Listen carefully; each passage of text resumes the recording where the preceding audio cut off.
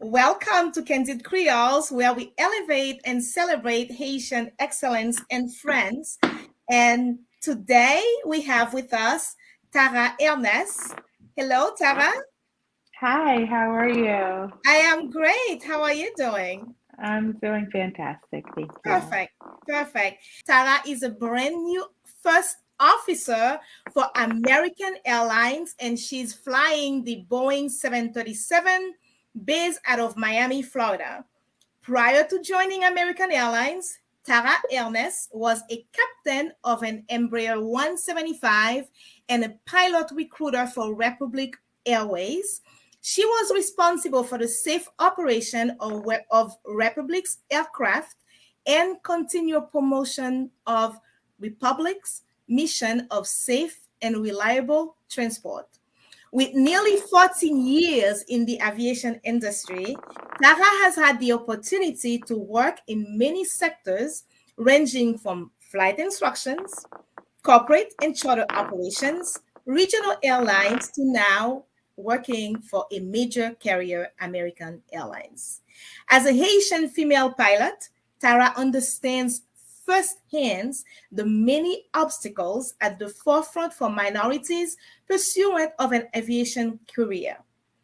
This has instilled within her a passion for mentoring those aspiring to be pilots. Tara is very involved with organizations such as Sisters of the Skies and Organization of Black Aerospace Professionals. Those are organizations who are committed to making aviation more accessible to people of color.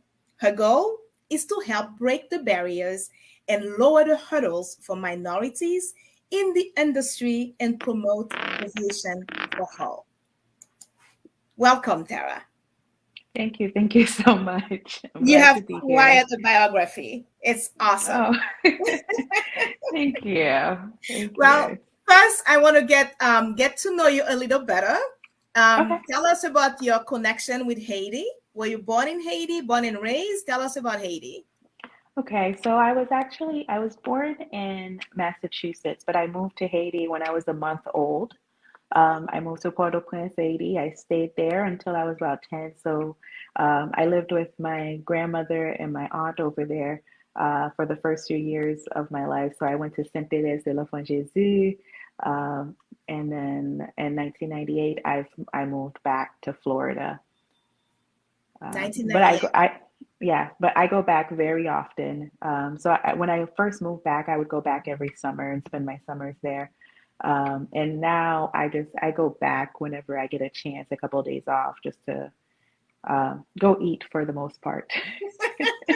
Our food is delicious, that's for sure. The best food, the best food. Yes, the best food. Absolutely, absolutely. So when did you start thinking about becoming a pilot? Was it as a young age or?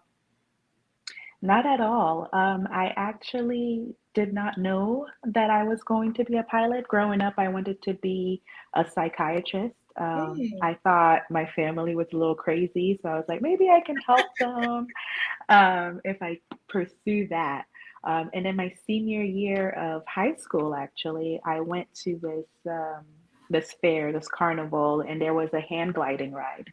And on that ride, I got on that ride, and when I got off, I really liked the sensation of being in flight. Hmm. So I was trying to figure out how can I harness this into something I could do forever. And then I kid you not, just right there and then I was like, you know what? I'm going to be a pilot. I knew absolutely nothing about it. I didn't know how you become a pilot, what you had to do, or anything like that. So the next day, I went to my guidance counselor at school and I told her, hey, I think I want to be a pilot. And she knew of a university that specialized in that called Embry-Riddle. So what I did, I was like, okay, I'm going to apply to Embry-Riddle and I'm going to apply to a school for pre-med. And I said, whatever school gives me the most scholarship money, I'm going to go there. And Embry-Riddle did actually end up giving me the most scholarship money. So I ended up going there and I haven't looked back. And now we're 14 years later. Wow. So that's the path was clear to you because you made that decision before you even were accepted. Right. So, one thing about me, I think I can be a little stubborn. So once I make a decision, I'm like, you know what, I'm gonna follow it through. So there were many obstacles and whatnot, but I was like, this is what I decided, and this is what I'm gonna do. And honestly, I can't picture my life any other way. Well, that's a good stubborn because you made the decision and then you stick with it.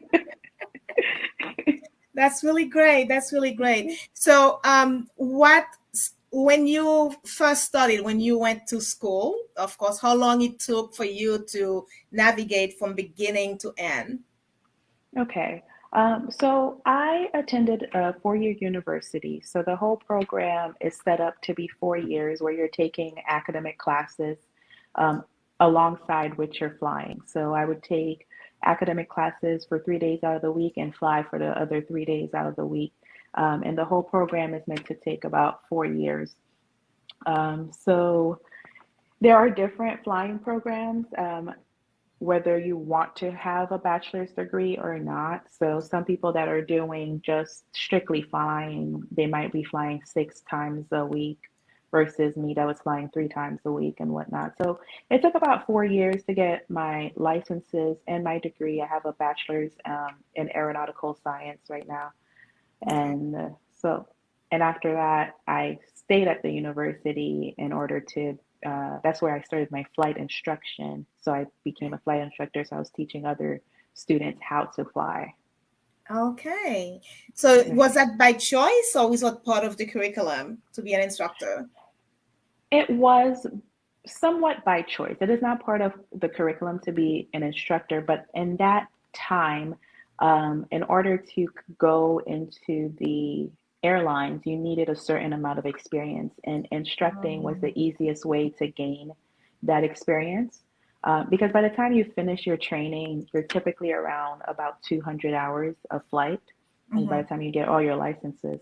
mhm. But most carriers require at least 1,000 to 1,500 um, hours of experience. So to build that time, I decided to become a flight instructor.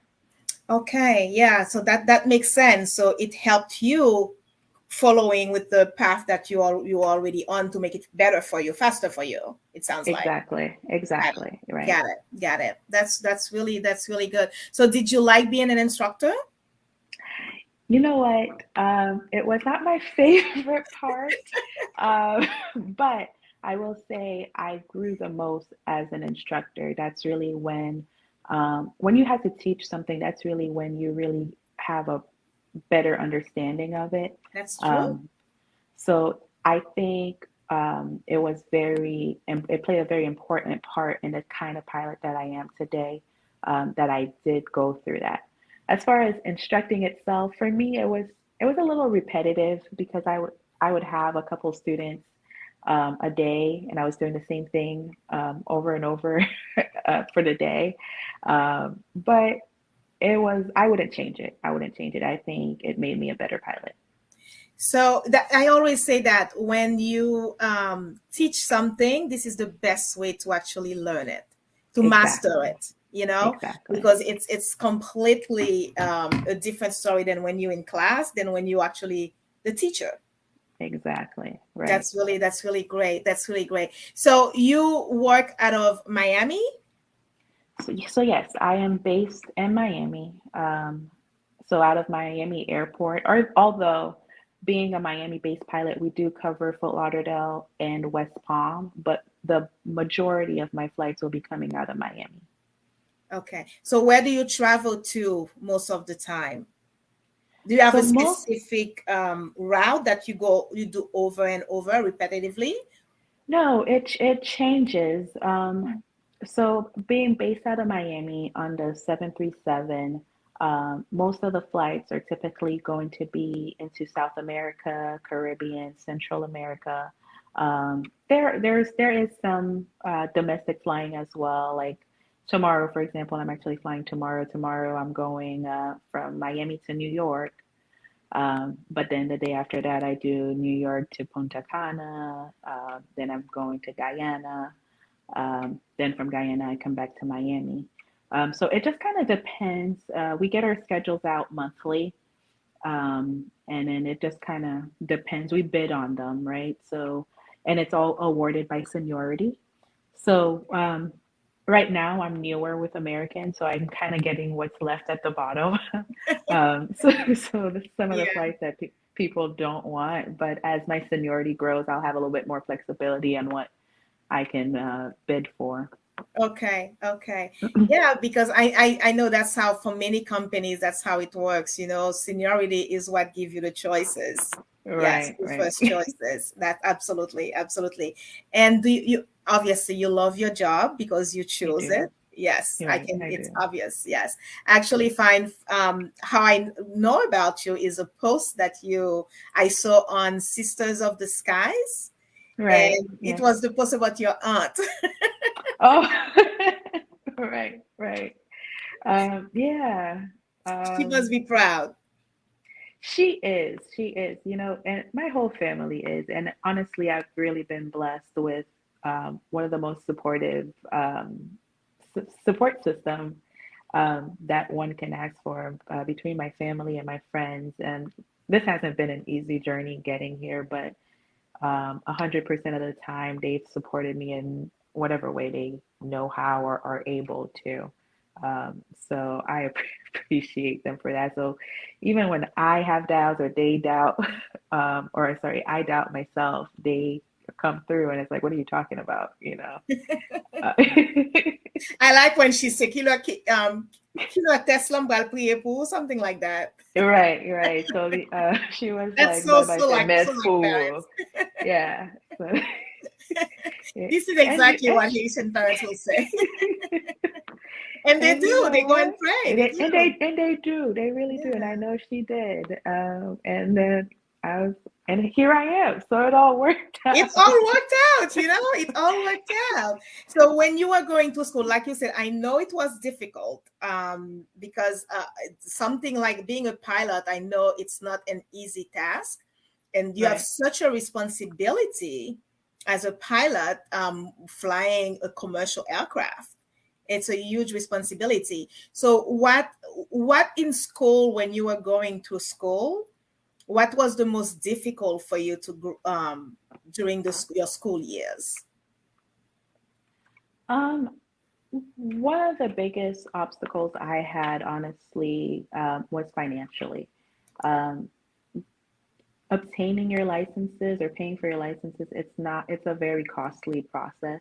Mm, Um, So that was one of the major, and I had scholarships. I had certain grants, but still it was a very major expense. So I did end up having to take out loans, but that was one of the biggest obstacles. But on top of that, being a first generation pilot, there's so much I didn't know, and I didn't even know who to look for um, answers from, right? mm, So there's a lot of choices and decisions that I made that might have made my journey a little bit more costly, as mm, opposed to if I had some sort of guidance and mentorship, I might have done things a little bit differently. Um, that would have helped me in the long run and made this journey just slightly easier. okay. So not having that guidance was also another um, kind of a hardship because I was just kind of making it up as I go because As you go. I knew nothing. I knew nothing. I just knew I had this goal, right? And I was just, it was trial and error. And trial and error can be very costly sometimes. Yes, Um, yes. yeah, and that's another reason why I'm really passionate about these organizations um, that are available now for people And that are you're first referring to generation. you're referring Sisters to of the Skies and OBAP, Organization of Black Aerospace mhm, Professionals, mhm. um, because I did not know of those well, Sisters of the Skies didn't exist when I was going through my training, Okay. and I did not know of OBAP as I was going through my training. And had I had that guidance, I 100% believe that my journey would have been easier. Okay.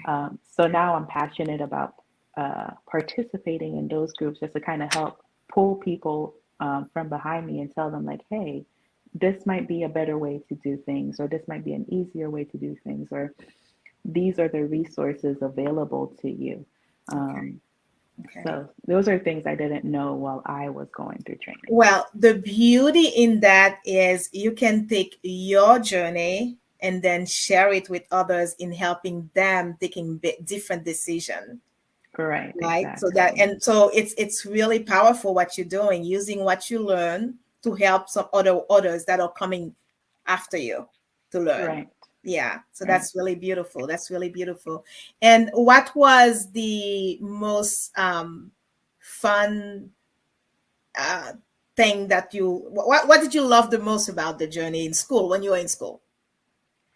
Um, Honestly, I think one of my favorite memories, um, I would say, is the day I first got to fly solo. Ah, Um, so part of your what was that training, like? it was honestly, it was just exciting for me. A lot of people asked me if I was nervous or scared, and I wasn't, because they actually really do take the time to make sure you're comfortable and you feel confident before they let you go out on your own. How many Um, hours of flight with an instructor must you have before you can fly solo? there's not a specific number of flights that you must have with an instructor before you can fly solo, because basically the instructor just needs to, they do need to sign you off to do it, but they just need to make sure that you're able to take off and land safely, basically fly the aircraft safely. So, Okay. however long that takes you, Okay. then so be it. I Okay. would say most people, typically on average, would solo around 20 hours, maybe Okay. 25 hours. Most, Okay. um, I don't remember how many hours I had when I solo, but I remember my solo flight. It actually happened to coincide with family visit weekend at Embry-Riddle. So my mom was actually in town. So her, myself, and my instructor, we went up. We took a flight to the airport nearby. I dropped them off. They were able to go into the control tower and Mm-hmm. watch me do my solo flight Your mom was from the there. tower. She was there, yeah. Oh wow. Well, So that must have been so awesome for her to watch it you. was it was pretty cool. And It for was you pretty too. cool. Right. Yeah, that is so cool. What did she Yeah. say after? Well, she still thinks I'm crazy. Like, It's no, like but comment faire conduit bagay sa, ah, ouais? exactly, man. And Something like that. The Haitian talk. right. But no, she's proud. Of They're all course. proud. So, Of course. Of course. And so are we. Like the entire community is very proud of you. oh, thank It's yeah. you. We have a Facebook group, a private Facebook group. It's Hmm. called A Celebration of Haitian Excellence and Friends.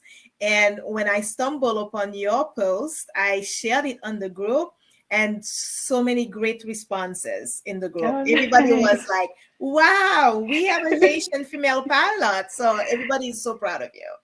We're No, also thank proud of you. you. Well, that's really good. So now when you first flew solo, and so technically now you can do more flights solo, or how does that work after that? So, your first solo flight, you actually still don't have your license yet. So that is just it's just part of the curriculum how it works out. It just you the solo flight you're doing is just mostly staying around the airport, and you're just practicing your landings. Okay. So, and that's pretty much it. And then now you go back with your instructor and you start practicing what we call cross country flights, and that's basically longer flights, um, from one point to another point, which is more what a typical flight would look like.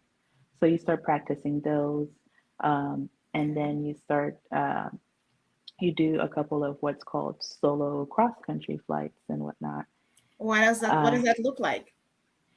It's just basically going from one airport to another, but it has to be at least 50 miles away from the first airport. Oh, okay. So because when you say cross country, I was thinking, is it from East Coast to West Coast? No, it doesn't No. have to be that far. No, Okay. no. Okay. And then you go up for your for your exam. So then you go up with a representative of the FAA, and they examine your skills and your knowledge.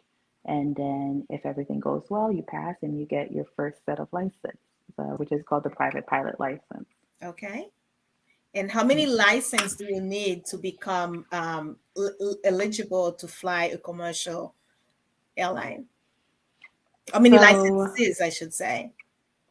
So the process typically what most people do is you'll get your private pilot's license, which that license just allows you to fly yourself and maybe friends, but you can't be paid for it or anything like that. Okay. The next step is getting a instrument rating, and your instrument rating would usually that allows you to fly through weather and clouds.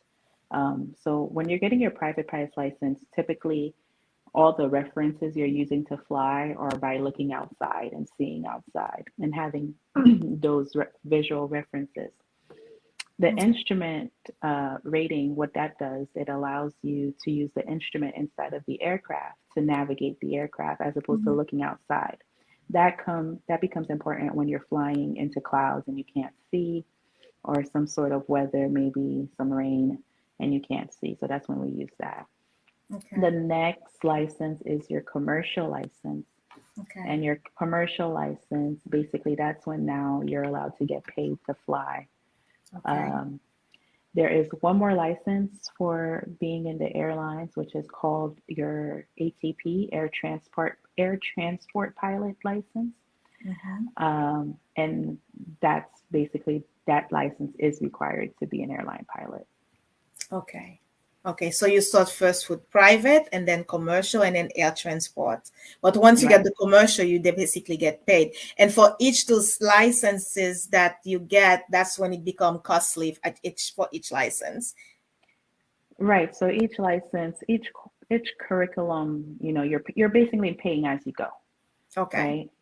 Um, so just a lot of people might just get their private pilot's license. It also depends on what you want to do with flying. Okay. Some people don't want to. Some people just want to do it recreationally So and they not stop at the necessarily. private. Exactly. Okay. Um, Okay. with a commercial license, you may be able to do something like maybe some corporate gigs, flying for a private company, more charters maybe. That's what you would use your commercial license for. Okay. Um, so on top of those license, I also ended up getting my flight instructor's license, Okay. just for that time building. So you can still teach if you choose to. Yes, I still have my, it's called CFI, Certified Flight Instructor, and I do keep it current. I haven't instructed in a couple of years, so I'm a little rusty on that end. But You keep but it current. legally, I am still a certified flight instructor Why do you keep it current if you haven't instructed? because I paid a lot of money for it. So you're not going to let it expire. No, no, I won't. I totally agree with you. I totally agree with you. Yeah, And yeah, and also like one thing I always say to my children, I have three. It's if you get something, you never know when you're going to need it in the future. You did the exactly. work, you get the license, just renew it every year or every couple Yeah. of years, whatever it's required, because otherwise you have to start over if ever you need it. Exactly. So for us, we have to renew every 2 years.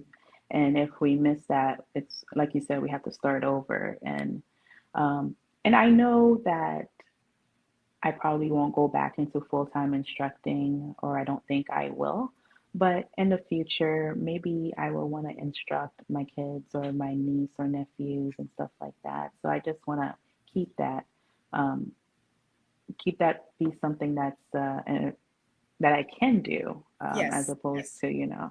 Yes. having to go hire someone, you know. Absolutely, absolutely. You can teach your family. That's Right, really great. exactly. That's really Right. great. So when being a professional pilot, how would you describe that? What it means to be a professional pilot? Um, do you mean as far as like lifestyle or what do you You mean tell by me that? what, whichever way you want to approach the question, as far Okay. as like what it means to you. Okay. Um, okay, I'll try and approach it different ways. As far Okay. as lifestyle goes, it can be a very on the go lifestyle. Mm. So you're traveling a lot. So I call myself a nomad. Like I'm never in one place for too long. Do you have children? Uh, I do not. I do not. Um, but the cool thing about um, aviation, there's so many different sectors that you can actually kind of choose um, how you want your schedule to look. There are some gigs that you work for 2 weeks and you're off for 2 weeks, or there's some gigs that you're home every day. What I do currently, it's more so I do 3 to 4 days on, 3 to 4 days off. Okay. That's kind of like how I like my schedule right now. That Okay. might change when I decide to maybe have a family or and whatnot. But there's a lot of flexibility in that sense. Okay. Um, of course, some of the benefits are being able to fly for free. Yes. So that is one of my personal favorite pastimes, Yeah. you know, just traveling, getting to see new places and experiencing new cultures. Um, but as far as what it means for me to be here, um, I think my biggest role right now is really just that it's just being the representation that we don't often see. Because I had never seen a black female pilot Me for a neither. very long, for a very long time, and it honestly wasn't up until 2018. And in 2018, I had already been in the industry for 10 years. That I discovered Sisters of the Skies, and they had a meeting, they held a meeting, and I got to meet all these wonderful women that are black female pilots. And I'm not a very emotional person, but in that moment I was very emotional because it was the Wow. very first time that I was in a room with people that had shared experiences as me, and it was something I didn't know I needed until I was there. Yeah. So what does it mean for me now is I just want to be that representation for somebody else. Um, and yes, I have a story. You know, um, it wasn't easy. You know, so I want to encourage those that are maybe not um, don't have the finances or the resources in the same way that I did, or have never seen it, or don't know that it's a possibility. I Mhm. just want to say, like, hey, I have a story too, and we can still do this. You can still do that, even if it seems hard, and it's going to be hard. Don't expect it to be Right. easy, but that doesn't mean you cannot reach the end goal. Exactly. Yeah. Exactly. And I must say, I look into Sisters of the Sky. Isn't the founder a Haitian lady? Yes. So one of the co-founders is Angel, and she is a Haitian, the only other Haitian Black female pilot that I know, as well. Yeah, she's a cargo pilot. She's great. She's amazing. And I'm so thankful for her to have created this platform. Yeah. Yeah. Yeah. So I was surprised because I was researching on you so I can know a little bit about you. So I researched about Sisters of the Sky, and I said, wow, another Haitian lady yes, as who created this for all of our sisters. So that's really beautiful. That's really yes. beautiful. So what type of aircraft? I mean, you've as a private pilot, you Hmm. you flew small airplane and Hmm. now commercial airplane. And which one do you prefer? So I've flown quite a handful of different types of aircraft, starting from small to Medium. the biggest right now is the Boeing 737. Yes. Um, and that has about 176 passenger seats and whatnot. And I'm coming from, the my training aircraft, which was a four-seater. Um, in between, I flew when I was working at corporate. I flew what's called a King Air. The King Air, we did that for private charters. It's a twin engine turboprop aircraft, and it's just a 10-seater, really. Okay. So it's a Um, smaller one compared it's to a the Boeing. Comparatively, it is a smaller one, but it is one of my favorite aircraft. Okay. Just because you could make it do whatever you want. Like it was Oh, just you a like to play very in the air.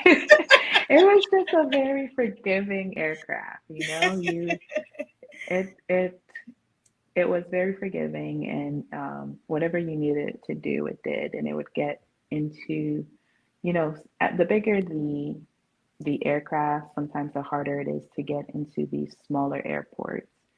Um, Mm, with the King Air, it allowed you to get into so many different locations. I okay. just really appreciated that about it. Okay. Okay. Yeah, Yeah. So and so it makes it easier for you to maneuver wherever you want to go. exactly, Got exactly. it. Got it. Got it. So you've obviously with your job and also like you said, be working for American Airlines, you get to fly for free. So you've traveled around the world. You've visited many places, and right Yeah. I've traveled a little bit. I still think I have so many more places to to go. see. Okay. Um, because I want to see everywhere. I don't even, there's nowhere that I want to skip out on. Like people always ask me like, oh, so where are you gonna go next? And I'm just like, it doesn't matter, just anywhere, because Anywhere I want to see everywhere. you want to see the world. Uh, I do, I really do. I think that's one of the most beautiful things, just to see how people are doing life differently, just kind of learning and seeing the different cultures and whatnot. And it just kind of allows you to take yourself out of your own space and realize that the world is bigger than just what's around you. It is Yeah, beautiful to hear you say that. It's to yeah, get out of your bubble so you can see what the world looks like. right, And my dad used to say that because as a young kid, I saw him travel every summer. He would travel the world, and he always used to tell us, "You gotta travel the world." And because you want to see what other people, just like you just said, so much wisdom right. in your young, young self. Thank you. Yes, he Thank said you got you. to go travel and see what the world has to offer, and then get the best of the world and bring it back home. Right, Yes, exactly. I that's what agree. that. But home is another story now. But yes, do you Right. travel to Haiti, by the way? Uh, yes, I do. I do. Okay, because I know American Airlines goes to Haiti, so sometimes that is part of your route. So I haven't had the opportunity yet to do it, Oh, but I okay. am I am waiting patiently. And Mm. trust me, it'll be all over my page the moment that I do. Ima- Because for me that's the goal. The goal that brings my whole story full circle, you know. okay, And that's another reason why American was the airline that I chose. They have the longest history as far as a airline relationship with Haiti. with Haiti. Um, so that's one. And two, you know, when I moved here, where I moved back here, I moved on an American flight. So for me, my that is my goal, to just bring the story full circle, pick up my grandma, and just kind of I can only um, imagine the commotion I know. that's going to happen in that airplane when they see the captain, the first officer Right, is a Haitian lady. right. Imagine that. And the goal afterwards, as you said, the goal afterwards is to do it all over again as captain. Um, Yes, yeah, yes, yes. I know. I can tell that's your goal. Now you work as the first officer, and then right. very soon to be captain, I'm sure. So it's Right. really, really beautiful to see. Beautiful, absolutely Thank beautiful. you. I would love to be in that airplane Yeah, because I know my Haitian people, they will go crazy. as soon as I look at my schedule and I see one of those flights on there, like I'm making sure I call everyone in Haiti and letting them know, like, hey, I'm coming. You're Like, coming. Your first Asian pilot is coming, and on American Airlines. Imagine that. right, Yeah, right, yeah. Because like you said, American Airlines been traveling in Haiti for the longest. Absolutely, right. for the longest. So it's such a pleasure having this conversation with you. And this platform that we have here, Candid Creoles, was created as a baby of a celebration of Asian excellence and friends, which is our Mm, private group that right, we where we celebrate Haiti, we celebrate all things about Haiti, we celebrate all Haitians and all people of Haitian descent as well. And the goal is to take this private platform, excuse me, let me drink some water. Excuse me. No, you're fine. The goal is to take this private platform into the world with Candid Creoles, because Candid Creole has a YouTube channel where we post all of our candid conversation. I don't. Some people say interview. I say no. We're just having candid conversations with, you know, Just a chat. it's Yeah. a chat. Exactly, it's a chat. It could be a candid chat. Absolutely. So it's just to get to know each other, and our motto is actually out. We out to change the narrative about Haiti and about Right, Haitian. That's the right. whole point of doing this. So it is such a pleasure to have you today, and such a pleasure for people. And you are an inspiration. Thank And you. what you're doing, in addition to that, you are elevating each other, other people like who look like you, Haitian or not, anybody who look like you, to the wall of maybe I can be a pilot too. Right, And right. and that's the goal. And that alone, it's admirable. It's really admirable. Yeah, Thank you so it's much. beautiful. Thank you. It's beautiful. So what is it that is, as a pilot now, as a pilot, what is the hardest thing for you as a pilot?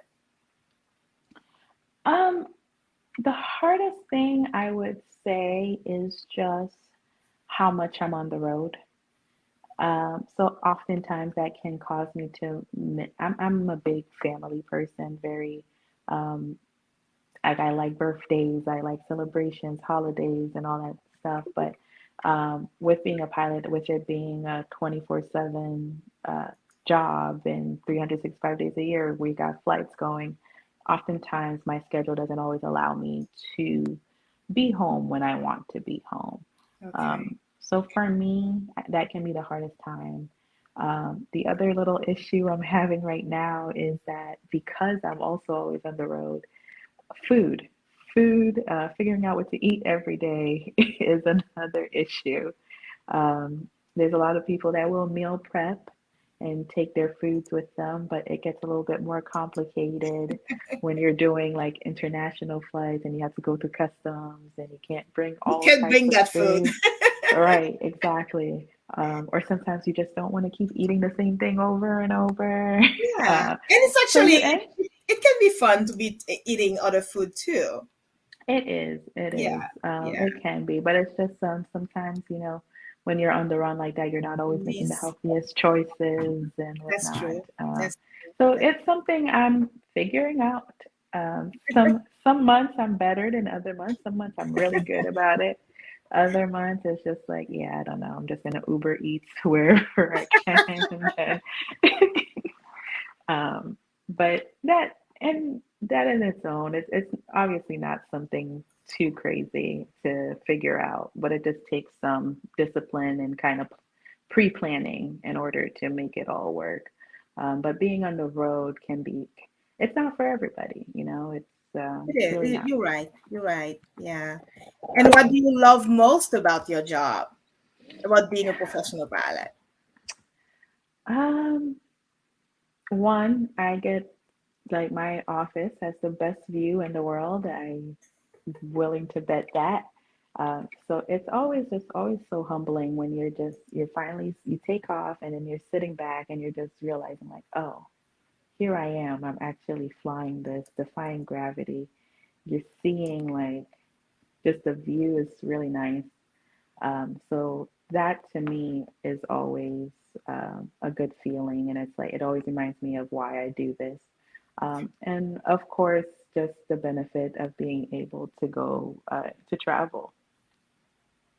So Yes, because it takes you um, all over the world, which is beautiful, yeah, it which is does. It awesome, does. which is awesome.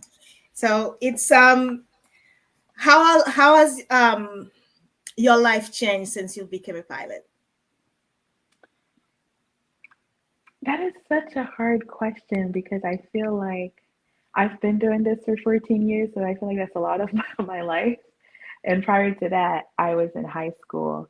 Um, so the biggest difference I would say is um, going into this, and I don't know why, maybe I was naive, um, but I didn't realize that there weren't many people that look like me in the industry.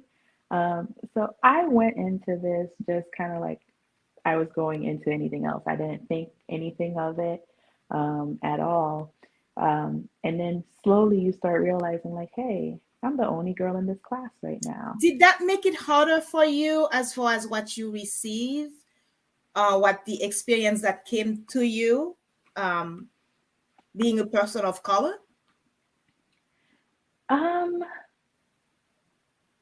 I I don't know that it made it hard. I don't know if they made it harder, but it was harder because I felt like I had no one to relate to. Okay, got it. Um, some of the difficulties, I experience now or throughout the whole industry is that very oftentimes people don't believe I am a pilot. And when I say people, I mean people in the industry themselves. Um, I have, in many occasions, I've been at a counter at a gate, um, and the gate agent um, could even look at my badge, which my badge says pilot on it, and still will not see that I am a pilot. They typically Wow. assume I am a flight attendant, and I Yeah. can be, and this is me in full uniform, right? Um, or for example, there was a time, so at Republic when I was captain, I'm sitting in the aircraft in the captain seat, and one of the rampers from downstairs comes on board and is like, um, "Hey, I'm." He just comes on board, kind of looks into the flight deck, and then leaves. And I'm like, "Hey, can I help you?" And he's like, "Oh, I was just looking for the captain." I'm like, "Oh, well, let me know when you find them." Um, like, you know, That's a great it's story. Good for you. it's You're just sitting in like the captain chair I am, and I'm in uniform.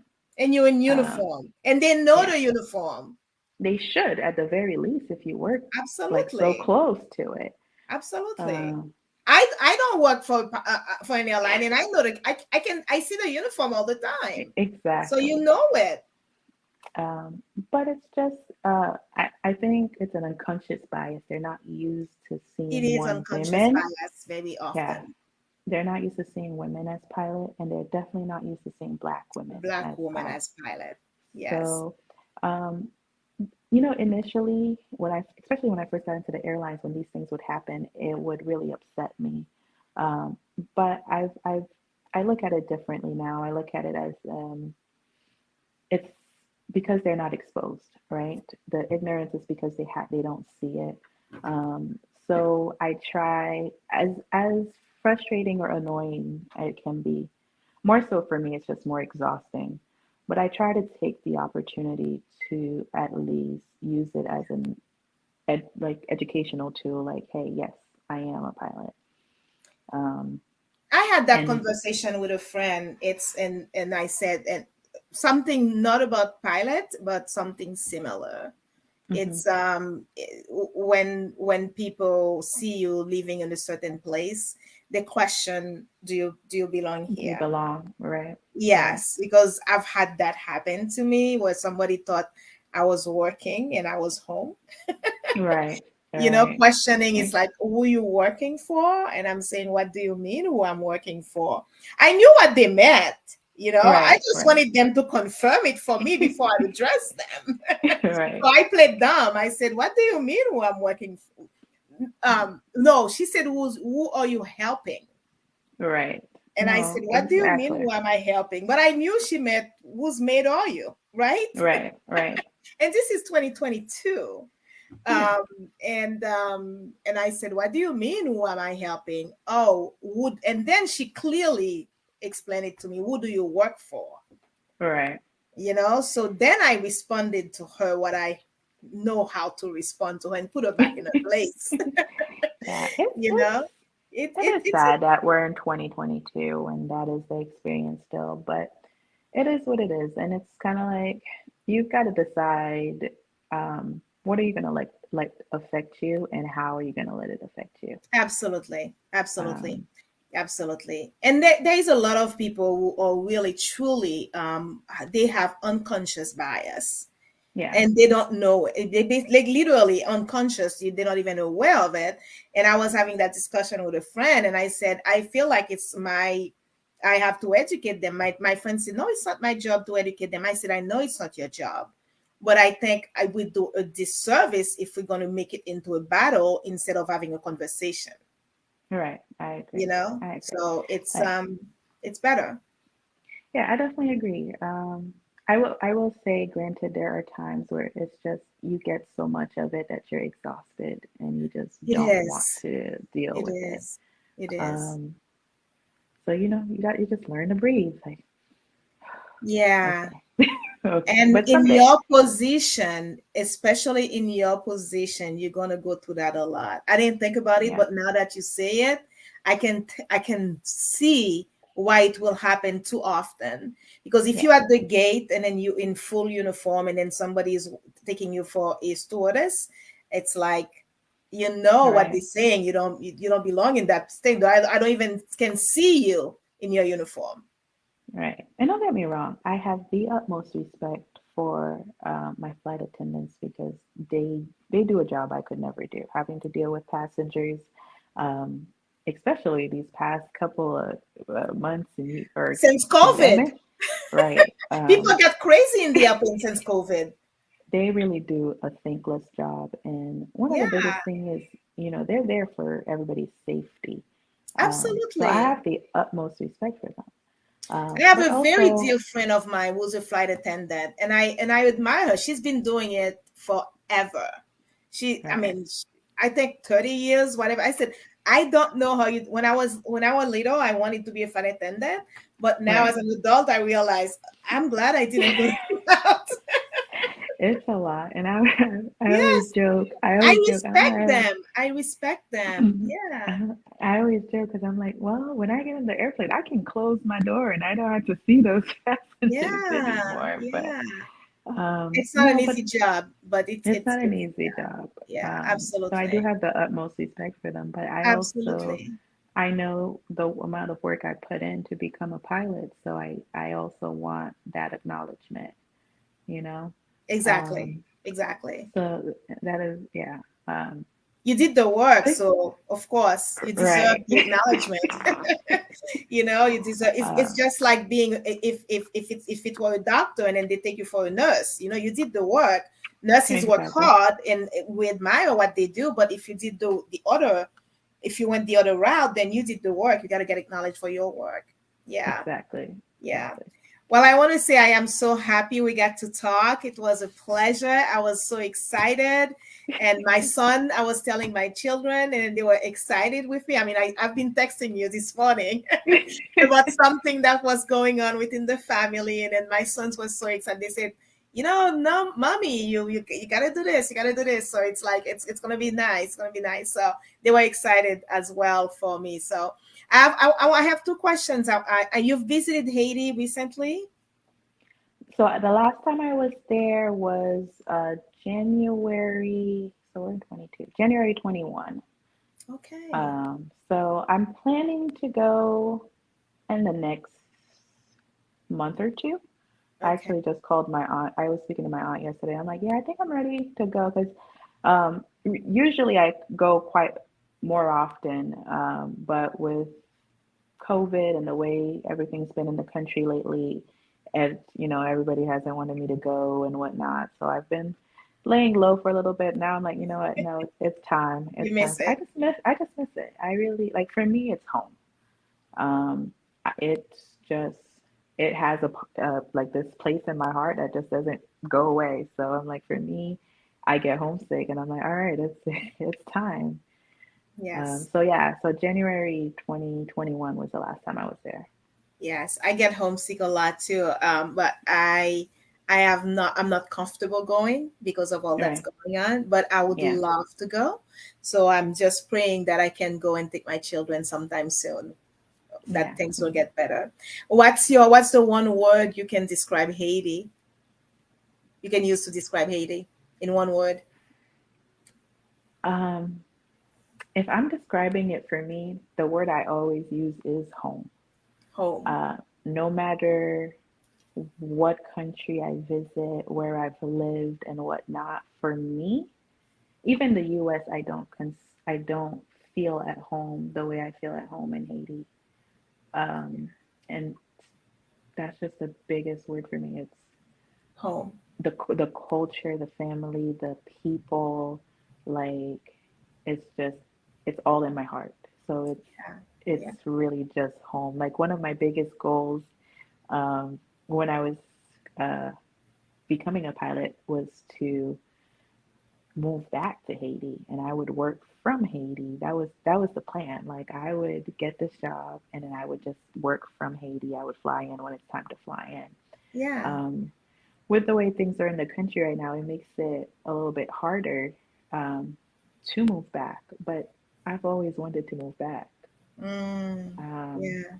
Yeah. so I'm just hoping that that can be a possibility one day for me.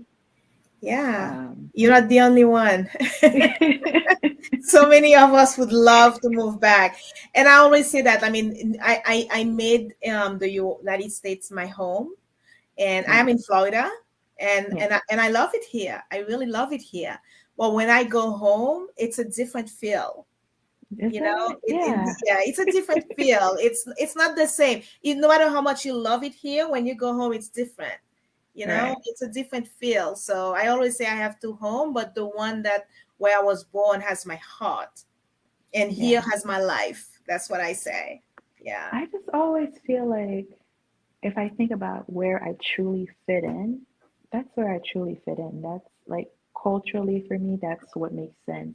Food wise, that's what makes sense. The music, that's what makes sense, Yeah. you know? I So, totally get that. Totally get that. Totally get that. Especially the food. Totally get that. right, right. How would you describe your life in one word? My life in one word.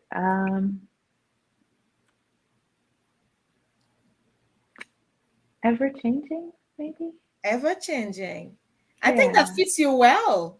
Thank you. Thank you. Yeah, Yeah. there's, especially, growing up, I was such a planner. I was always like, I'm gonna do this like in 1 year, in 2 years, like I had everything set out.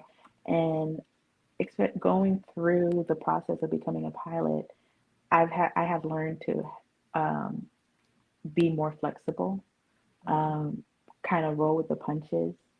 And that you can't plan everything. Sometimes you just got to see what life hands you and just make the best out of it, right? Yeah. Yeah. So I always try to keep myself adaptable to whatever new situation Okay. that pertains itself.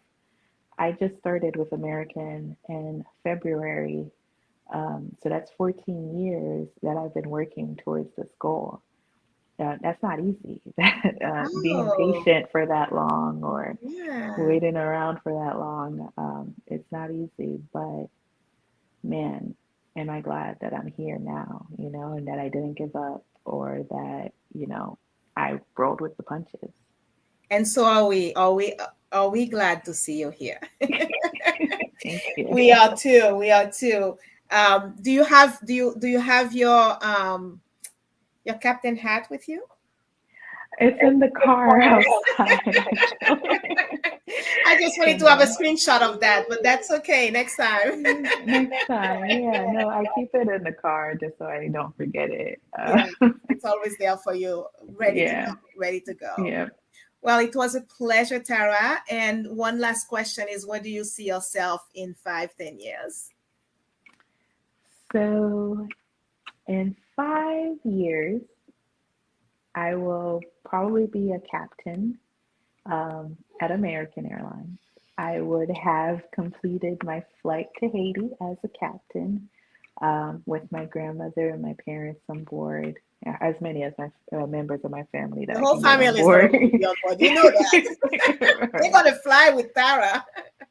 right. I imagine that if I don't own a place in Haiti, then I will still be in South Florida. I just like you, I'm doing life here in South Florida, and for me, it is the closest thing to Yes. Haiti, if you will. I like the culture down here, so probably just trying to thrive down here, just being more settled into my career Okay. is what I'm looking at. Maybe in 10 years. So currently I'm flying the 737. I think in 10 years I might be in a bigger aircraft, maybe a 787 or a 777 or something like that.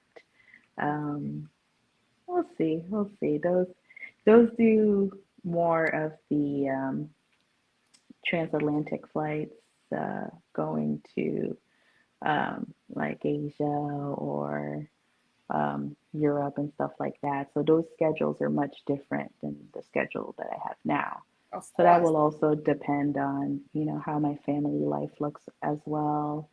Okay. If there are kids involved and whatnot, it might be. So there are some decisions to be made, but I definitely see myself thriving in my career, still being close to my family, and ideally owning a place in Haiti. Beautiful. Beautiful. Yeah. Well, thank you again. Thank you so much for this moment. I really enjoyed this conversation and I wish you the very best in all your future endeavors. And it's a blessing for those coming after you to have Sister of the Skies as mentorship and you as a member as well. And all the other organization will be helping them so they don't make so they can make decision knowing that even though it's hard, but there are ways to make things happen for themselves. So Thank you. Yeah, yeah, thank you so much for having me. This was great. I'm glad I got a chance to talk to everybody and just, hopefully inspire one or two people. yes, yes, I'm sure you definitely already are inspiring people because their response to your post, it's really great. It's really great. Oh, thank you, Tara. And as I like to close, whenever I close, I always say peace for Haiti, love for Haiti, and blessings to all. Thank you. Thank you. Thank you. Have a great one. Bye Bye. bye.